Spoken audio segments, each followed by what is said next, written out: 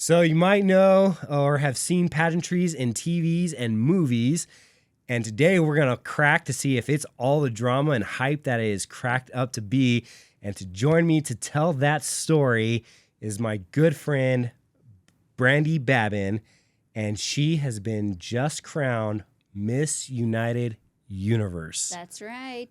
So awesome. Congratulations on that. Like, what Thank an you. accomplishment that is. I remember when we first met, you were going for Miss United States. Yes. And building out your platform. And what a journey, what a honor that is, because you were Mrs. Colorado and then you went on to compete for Miss United States. Yes. And then you got that. Yes. And now you have taken it, I believe, it to the top, correct? Is world. this like the This is the world. absolutely Yeah, top, yeah. like rankings and like, okay, like you're in the professional, like this is like the NFL for you, Yeah, right? this This is is- the NBA, this is the NHL, this is Exactly. cool. Or the World Olympics even. Let's Yeah. go that far. World Olympics, The that World is where she's at. Olympics. She's at the top of the pageantry. top of pageantry. Again, congratulations on that. And I just want to like ask, like, what made you want to get started in pageantry? There's little girls that go through pageantry. Did you have any of that growing up, or was it more of an adult thing that you started getting interested in? Right. Well, my mother did a pageant when she was a teenager, and she said it gave her confidence. And so when I was about 10 or 11, one of the other girls in my school was doing a pageant. And so my mom got with her mom, was like, hey, can I learn a little bit more about this? So I did do one when I was 10. And then I think I made top 10, but that was it. And then the next year, I went and sold a bunch of ads. So here was my salesman. That's where I got that from. And I became hostess. So you could sell if you sold the most ads, you got the special crown. And I was like, well, if I can't win based on scores, I'm going to sell the most and get a crown. So I did. But that was the extent of my pageantry, at a young age. And then as I was getting into my 30s, I was kind of like, I don't think they have pageants for old ladies. Yeah, I thought I was old then. But my boss at the time was like, no, they have them for all ages. Like, there's 80-year-olds competing in pageants. And I was like, oh my gosh. And so she said, I was doing Mary Kay at the time. She said, if you really want to take your self-driven business seriously, you need to do networking. And pageantry is great networking. I know a ton of women who meet powerful women in networking through pageantry. And so I looked it up, and sure enough, there were different systems. I didn't know that because we all grew up watching like the Miss USA pageants on TV. That's back when Trump, owned that system. And since then, that's actually fallen off. There's been all kinds of controversy. So there is drama. Yes, it's true. But that's not even televised anymore. The network won't even support it, and I don't even remember what exactly happened. And then there's been some unfortunate death by suicides from some queens, so then mental health was in question. There's been all kinds of things happening in the pageant world, but the true message of pageantry has remained the same, and that is just empowering and building up women. And so that's the reason I'm into it. That's why I keep going back, because you do meet such powerful women in pageantry. And I can tell you I've got friends in every state that at the drop of a hat would fly to me if I needed them to in a heartbeat. And so having that many friends that could do that for me, and me being able to do that for them, and just prayers, it's just I haven't met anybody who doesn't love God and just isn't a stand-up person in my experience. So I haven't experienced the drama personally. I've seen it happen. But even just recently, like the Miss Mexico, standing up and sticking up for herself and being able to be heard. And she was asked to leave the room and be disqualified from the pageant. And about half the girls in that room were willing to give up their title. And this is prize money and free cars and scholarships. Half the women stood up and left with her and said, if you disqualify her, you disqualify me. And they ended up letting her stay, and all those women got to stay and compete. But that's the power of what that networking can do. It's stronger than just fake smiles. Yeah. And see, I feel like that's kind of the misconception. It's kind of like, I feel like with pageantry, or at least in my mind, when I first heard about pageantry, it's like, oh my gosh, it's like you got to fend for yourself. And it's like whoever is top, I was going to say top cat, and that's not correct, because I don't want to demeanor anybody. Yeah. But like, it's just, you know, in my mind, it was like, you got to scrape your way to the top and you just like knock them down, break their ankles, whatever you need to do to like succeed. And that is not the case. No. And movies have kind of tainted that. Yeah. Like, do you remember Drop Dead Gorgeous? Yes. Oh my yes. gosh. So that is like what people think of pageantry is like, oh, put a rip in her dress, hide her shoes, you know, do something nasty to them for some reason. Anyway, so there's that idea of pageantry, which I've not ever even heard of in real pageantry, people being that mean. It's not like that. And then miscongeniality obviously makes them seem a little ditzy or dumb. Yeah. It's such a stigma, and I've noticed networking within pageantry, if I have these titles, means a lot. Like when you're a national queen and now a world queen, like when people hear that in the pageant world, they're like, wait, I want to hear what she has to say. I just want to be in her space. But if I go to like just a local networking thing and I say, oh, I'm Miss United States, I can instantly see the shift in their mindset towards me. Mm-hmm. And I've experimented with it.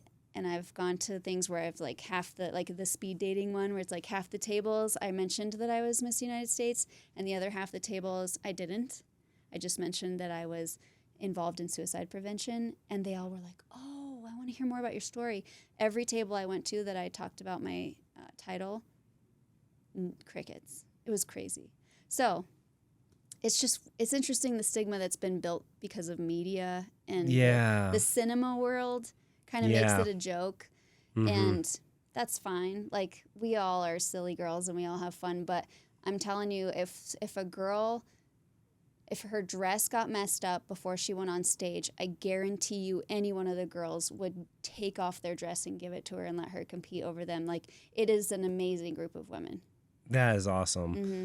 Yeah, with media, so don't believe everything you see in movies, guys, except iRobot and Jurassic Park, because that's what we're playing with right now in this day and age. Those ones are true, okay? We need to fight against those. Yes. But take me through, like, so you went on, so you started out Mrs. Colorado, right? Yes. That was your first That was my first go at it. competition. Yes. So what was that like? I mean, because you're competing in like a state, so it's all the women they're within Colorado. Yes. And what was that journey like? And how did it different from going from Mrs. Colorado and competing that to then going to compete on a national stage? So there were two different systems. So the first one I started was the Miss America system. And that is the bigger, I guess there's a bigger group of women that try for that in the Mrs. division. So that's been pretty popular over the last lots of years. And the same director, and everybody loves her. I did experience a little bit of ickiness at that pageant, I think because I was new and I didn't know a lot of the girls. And there was just like two bullying experiences that I didn't raise a lot of stink about because whatever, bullying is like, it only has as much power as you give it. So I just ignored it and decided to keep competing. So I made top 7, I think, in that one. And then I got what we call poached by another system because I didn't win. So they're like, we're so sorry you didn't win, but hey, we have a system and you can be Miss Colorado without even competing. And so that's actually what happened is I didn't win the Miss America Colorado pageant.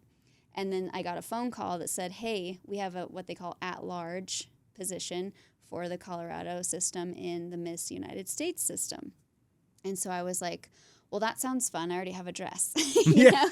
Like, it was only like 3 months after that other pageant. So I was ready. I already knew what I was doing. And I was like, well, that sounds fun because then I can just go as Miss Colorado. And then that's when COVID happened. So I actually didn't go to that one and then got divorced. So I went back as Ms. instead of Mrs. So that pageant was so fun. The national level is incredible. And I think that's where I saw the caliber of women went up. So the state level, I think maybe, I want to say it very nicely and delicately, but women who take pageantry and women's empowerment a lot more seriously on the national level versus women who are just trying to get into the state system and maybe don't have the right intentions all the time. Yeah. So there's a little bit of that in every industry, I guess. Yeah. But oh, I absolutely. definitely felt more welcomed, more loved, more celebrated in the United States system. That was my experience. Everybody has their own. So I'm sure a lot of people won't like hearing that. Yeah. But it's okay. It's my opinion. So Yeah. I get to have it. Absolutely. But yeah, even when it was my first national pageant. Every single girl I competed with had been doing pageants since teenager or before. And they had been in that pageant multiple times. And so me coming in, being the newbie and winning, I actually felt guilty. Like, oh my gosh, I shouldn't have won. Like, all these girls deserved to win. And they were incredible, like foundations, and they had great causes and things already in motion. And I was like, oh my gosh. And so when I won, I was like, I mean, you can see the clip of me winning where I'm just like, oh my gosh. And I just did this forever, just hands on my temples, like, I can't believe this is happening. This isn't right. Something happened. They got the scores wrong. Like, I just was so scared that these girls would hate me. Yeah. And it was so the opposite. I could tell they were bummed, but they did not let me know that when they were talking to me. And even to this day, 4 years later, they still check in on me. They still support me. And I even said to some of them, I just don't feel, I feel like you should have won. You have all this stuff going. And both of the girls were like, no, it was, God needs this message, the one you have right now. This is your time. That's what needs to happen. And they were convicted on that mentality that everybody gets their time when it's their time. Yeah. And it was really beautiful. I loved it. Yeah. Obviously, I had a crown to go home with. Right. Yeah, it always feels good to win, right? It does suck to lose. Like, I don't care who you are. Yeah. You know, I even get if that. you're not a competitive person, like if you're always losing all the time, it does suck. But I mean, again, just that's speaking volumes of the caliber of women that you were around that they've been in it their whole life. And here I come in, you know, in my 30s, coming in and like almost like sneaking in, grabbing it. But again, like you talk about the platform that you were standing on. We're gonna get to that because I definitely want to touch on the platform that because I believe in it quite a bit. But to kind of wrap up the journey, right? So you're now Miss United States, and how was that transition going from Mrs. to Ms.? Was it like a big fight because like, or I imagine it was very supportive. It's just kind of like, okay. Yep, just switch divisions. You're no longer married, but you have kids. Now you're just in a different division. Yeah. Yeah. Okay. So that is awesome because I know like a lot of people might be thinking like, oh crap, I have this big life event and I don't know, maybe they could be stuck in a marriage or something. And it's like, but I can't give this up because this is going to mean so much to win. And so if you are stuck in that, just know it's very supportive. Yes. And so now you're Ms. United States, and now we fast forward you were Ms. United States 2021, we're 2020, so 5 years. How did that I mean, that's a gap. Yeah, it is a gap. And then all of a sudden it's like, boom, here I am. I know. I'm queen of the world here, queen of the universe. I'm not shy either about that. I mean, who's shy? Like, if you look at, I'm gonna make a football reference, but like, who's shy about like, hey, I won the Super Bowl? Right. You know what I mean? They make a big ring Like, on anything. It's like, here's my ring. Yeah. Nobody knew about you 3 years ago, and now you have a Super Bowl ring, so you're famous. Yeah. So I mean, this is my Super Bowl ring. It's bigger than the actual athletes'. Yeah, I'm not even gonna try to put that on my finger. It'd probably break it.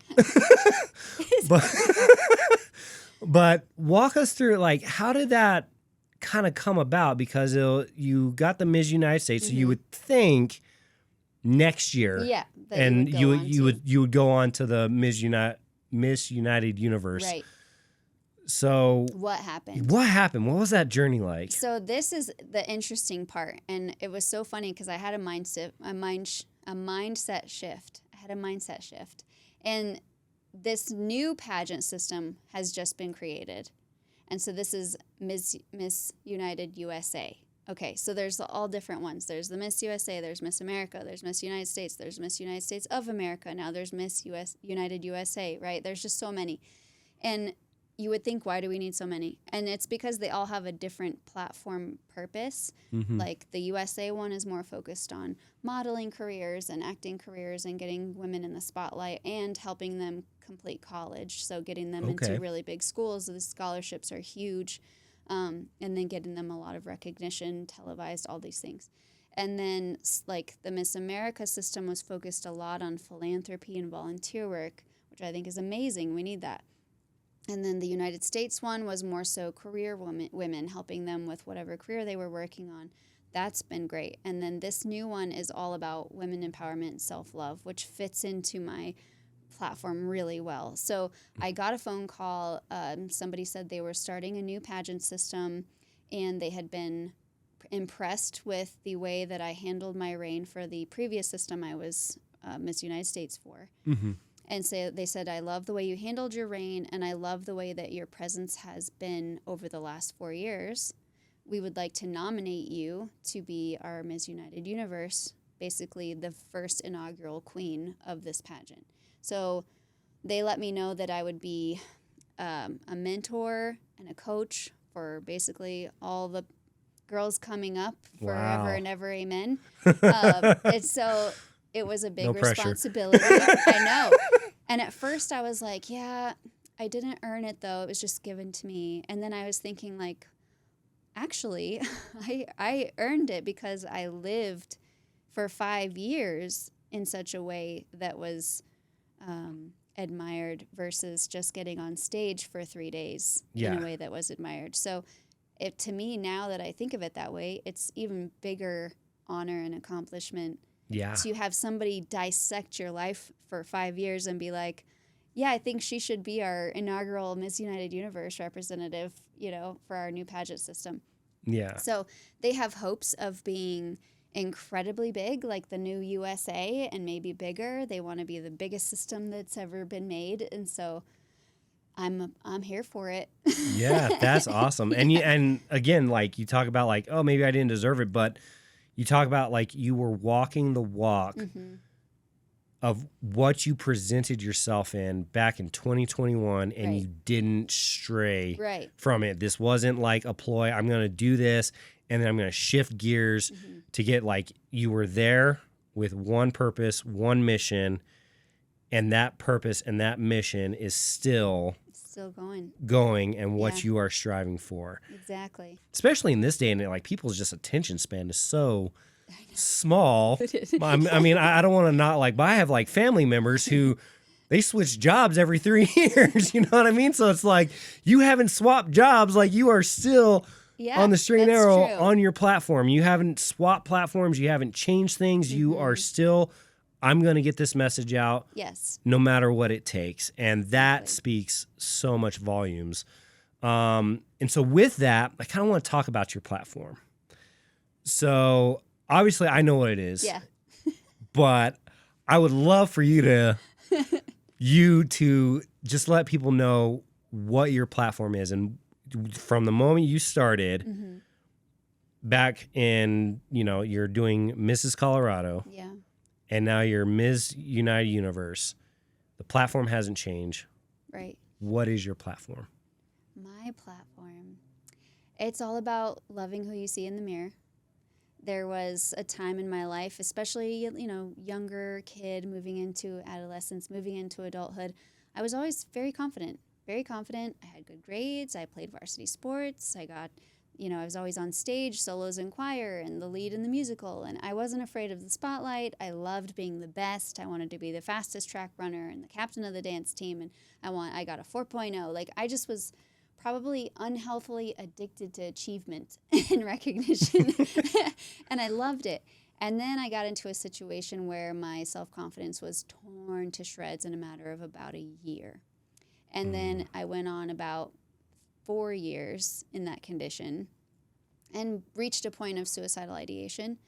That's not a fun place to be, especially when you're a mom and you've got kiddos and you've got a husband and you're thinking my whole family would be better off if I wasn't here. And that's a very scary place to be. Yeah. And so I did get help. I'm glad I did. It was scary, but I did go to Mountain Crest. I got psychiatric help. I got counseling. I started spending time with people that built me up instead of tore me down. Eventually led to the divorce. You know, that was better for both my husband and I and the kids for us to just split and heal on our own. I'm sure I wasn't the coolest person to be married to. So I give him credit for surviving me as well. But it just reached a point where I needed to build back up if I was going to, first of all, survive. Because when you're in that suicidal ideation cycle, like looking forward even to tomorrow feels overwhelming. And so you literally just have to look at the next 5 minutes. Like I just have to get through the next 5 minutes and then I'll deal with the next 5 minutes. And that's literally how it is when you're that low. Yeah. And so working through that and healing through that, I was reading books, I was listening to mentors, I was listening to podcasts, and I would just gather as much information as I could and I put it in this Word document. So that way everything that was helping me, I had in one place. I didn't have to go find the book I heard it, or I didn't have to re-listen to that podcast or try to remember which podcast, because if you've ever been like PTSD, you know brain fog is real and you can't remember anything. So I was just writing it down in this Word document. I slowly started healing. I slowly started getting better. So obviously started the pageantry in the marriage, continued the pageantry after the marriage. I think pageantry helped a lot with the confidence that I needed to understand that maybe I was a lot cooler than other people were telling me that I was, or maybe I was more valuable than I was being told that I was, or being made to feel that I was. So it was important, the confidence that I gained from that. And then I started sending this Word document out to friends before I started pageantry that were struggling. You know, they'd be like, how are you mentally okay with everything you're going through? I need help. And I'm like, oh, here's my Word document. And it was so rough. I would get emails back from the friends I would send it to saying, you should publish this. This is incredible. And so I was like, yeah, maybe 5 years from now I'll publish it. Maybe 5 years from now. It was like my 5-year plan every year. And so when I went to the Miss United States pageant, I had mentioned that I had this journal that I was working on, and it helped women go from, you know, shattered to unbreakable, from ashes to the phoenix rising. You know, it helps when I was talking about how I was, you know, broken down and then I learned to rise back up.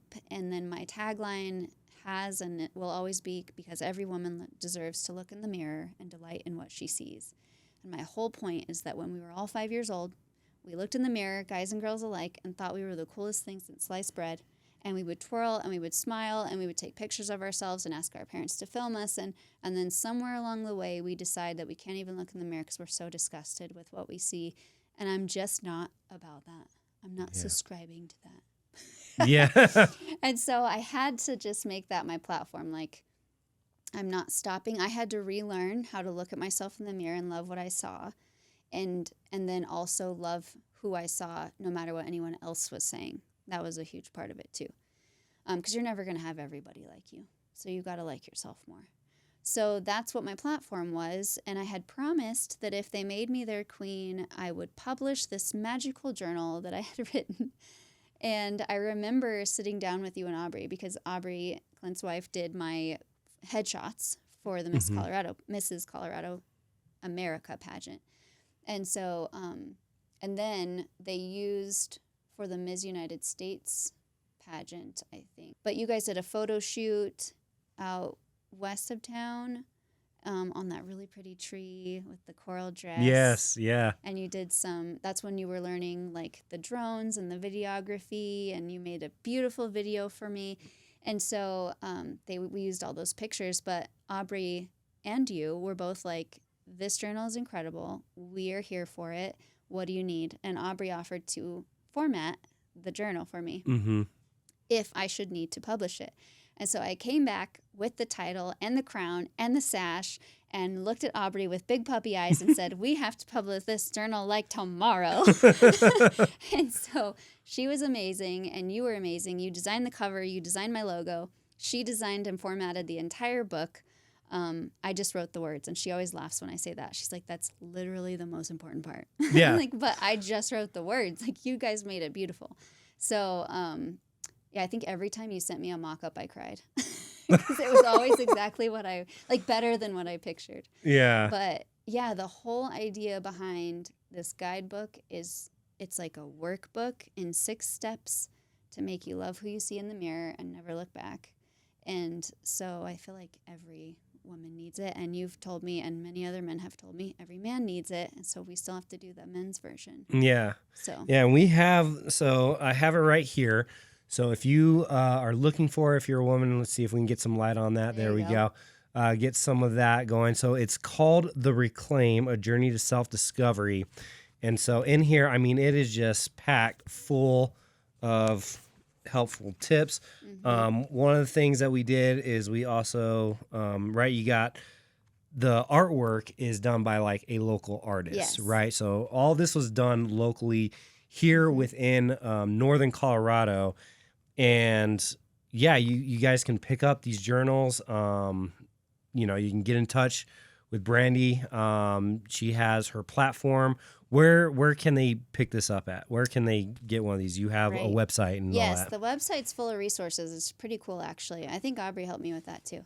But the reclaimstrategy.com. So I decided it was a whole strategy because I have brain spotting information on there, which helped me heal from the physical effects of PTSD that wouldn't go away with just talk therapy, because I would physically react if I heard a cell phone ding in just the right tone. I would get a stomach ache and all these physical, like racing heart, and then I would forget everything, and then I couldn't focus at work, and all these physical things I couldn't get to go away by just talking. I started brain spotting. So information on that's on there. The podcast that Aubrey pressured me to start and has been the coolest thing ever is also on there. It's called Shattered to Unbreakable. That is over 100 episodes and 8 seasons, and the 9th season just about to start here this spring. So it's incredible. So that's on there. The guidebook is on there. There's DIY courses, video courses that you've videoed and professionally put together. I highly recommend hiring him for those things. So those videos are up there. I call it Reclaim University, but I shorten it to Reclaim You. Get it? Yeah, so I love good. it. Oh my goodness. So that's Reclaim You is up. There's a shorter version of the journal in there for people that just want to dabble, and it's just a 3-date guide. Okay. I used to call it the Dating Me guide, but Aubrey is like, I think people think they're actually going to date you, and it's like a guide on how to be successful. You can date Brandi. Here's a guide on how to have a successful date with me. But no, that's not what it is. It's a you go on a date with yourself, and it's a self-discovery 3-date process. So it's very cute. It's only $13 because that's my lucky number. But that one is kind of a mini dip your toes in version of the guidebook. Yeah. And this is a lot. I mean, right, you think about like how thick this thing is. Let's see here. There we go. Right. And so it takes a lot, right? If you think back to your New Year's resolutions, anytime you've done something for New Year's, how many times have you successfully done it? So I definitely think trying it out and just dipping your toe, unless if you've reached the point you're sick and tired of being sick and tired, this is it right here. But if it's kind of like, I think this will help me, I definitely think the dipping toe, and I love that you have that available because most people are like, hey, here's this book. I have about 4 or 5 books that are like, they're like this, and I'm about that far through them, or like it's like, oh, I need to pick that up again, and then I pick it up, and it's like, where was I at? Yeah, exactly. And so that is incredible that you have something shortened. And it's not called Dating Me Guide anymore. It's called the Self-Rediscovery Guide, which makes way more sense. But if you want to call it Dating Me, you can. It's just you're dating yourself. You're not dating Brandi, you're not dating me. or trying to figure out how to score a date with Brandi. That is not it. Guide to dating me. That is an adventure. That is Jurassic Park. It's being worked on, and it'll be out in 20 years. Yeah. Okay. That's iRobot and Jurassic Park put into one movie is like trying to go on a date with me. It's insane. So women who are looking at I kind of want to come back to the pageantry and like the journey and the empowerment. How would they get started? Oh, there's so many ways. And there's so many systems. I mean, you could definitely just Google how many systems of pageantry are there and what are their platforms. Or you could even say, is there a pageant that supports a woman trying to start a nonprofit or something like that. So different systems have those different concentrations. But, I mean, obviously my favorite pageant system is the new one, United USA. So that is definitely the one that I like because it's more broad. It's the America system, I remember, was focused a lot on how many volunteer hours that you did. And you had to disclose that in some form. I'm going to get the details wrong, so I'll just be vague about it. But it was encouraged to do volunteer work, and I just didn't have time. Single mom, not going to happen. I guess I wasn't single at that time. I was married. Still didn't have time. But still with kids and a family, yes, it's hard. Kids, it's hard. Yes, exactly. So just different systems have different concentrations. If you love volunteer work and you like the America system, do that one. If you are trying to start a new business or career, then the United States system or even this one is great. So, yeah, I would say the first thing is just chat GPT or Google here's what I want to do, which pageant system fits this model. Yeah. What would you be like? So let's say they're getting into it, and I have a feeling like imposter syndrome is going to take over hardcore once they start and they're going to start sitting there wondering, should I do this?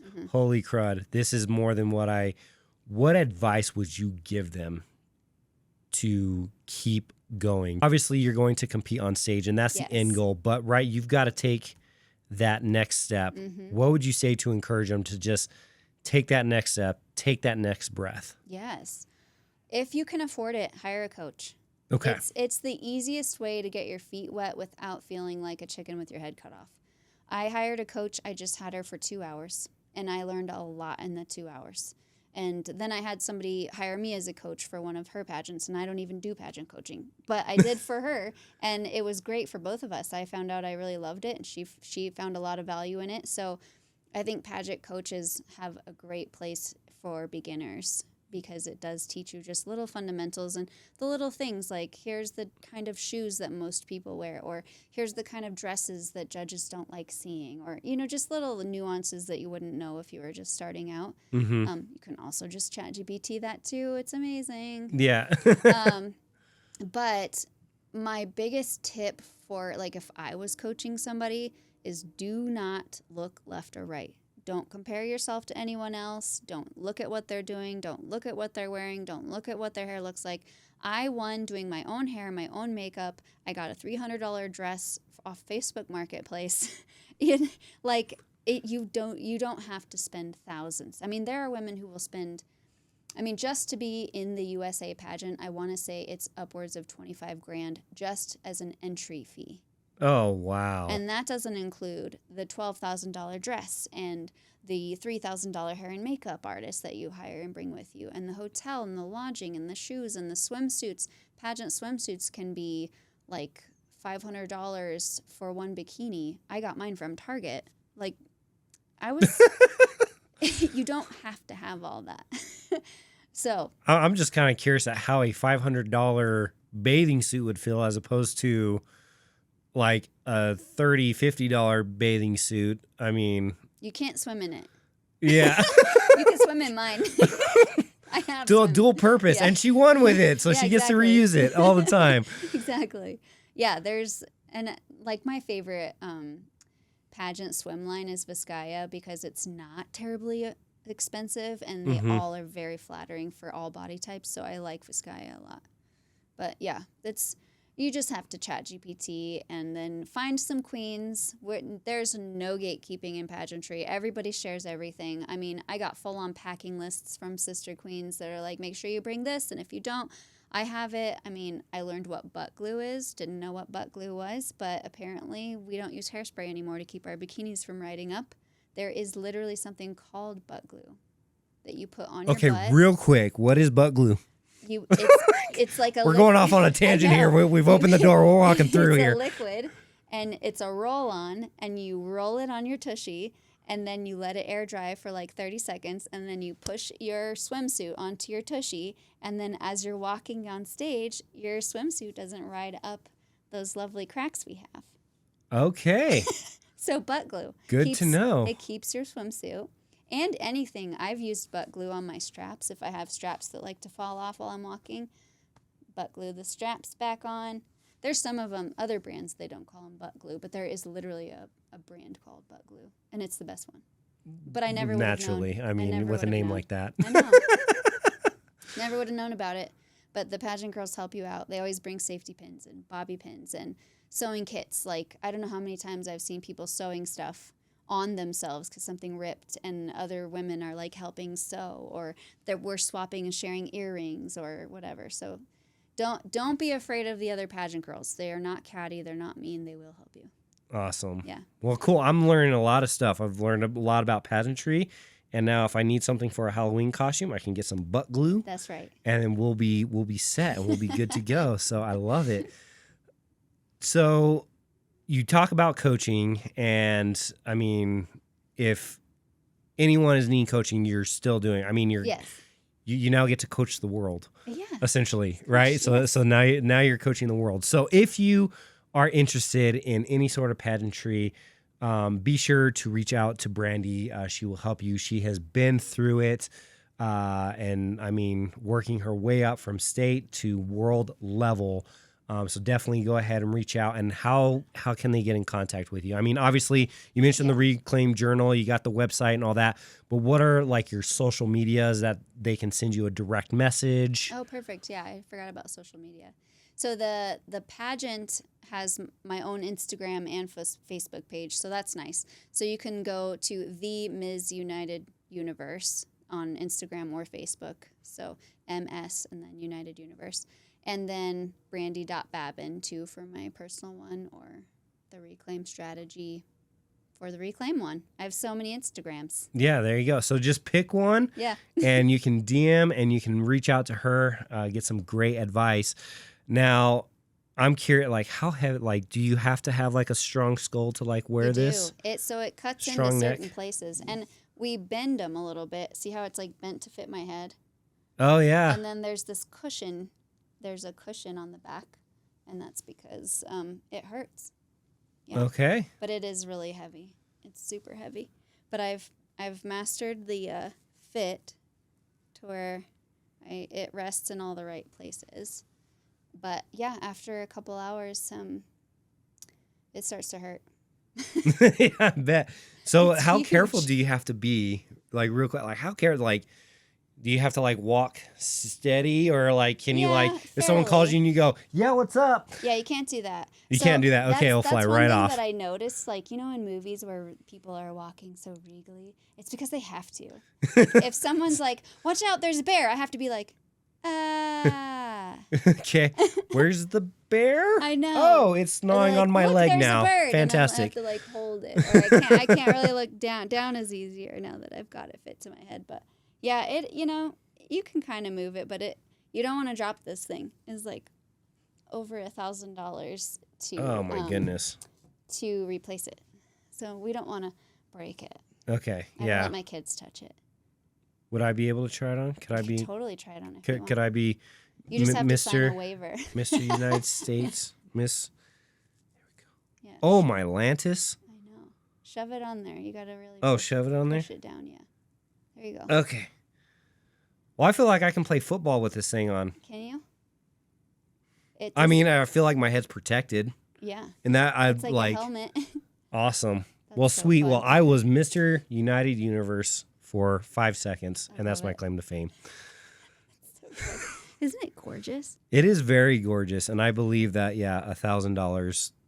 I mean, I was honestly expecting a little bit more for how big Right. and intricate that thing is, Well, but I mean, I think it was made, it's like, what did they say? It's Brazilian crystal, but it was made in Russia. A girl in Russia does these. So she like solders all this by hand and designs it all by hand and puts all these in by hand. oh, wow. But yeah. So I think my daughter was like, is it real diamond? I was like, can you imagine how many millions of dollars it would be if it was real diamonds? Yeah, I don't think they'd allow you to take it home.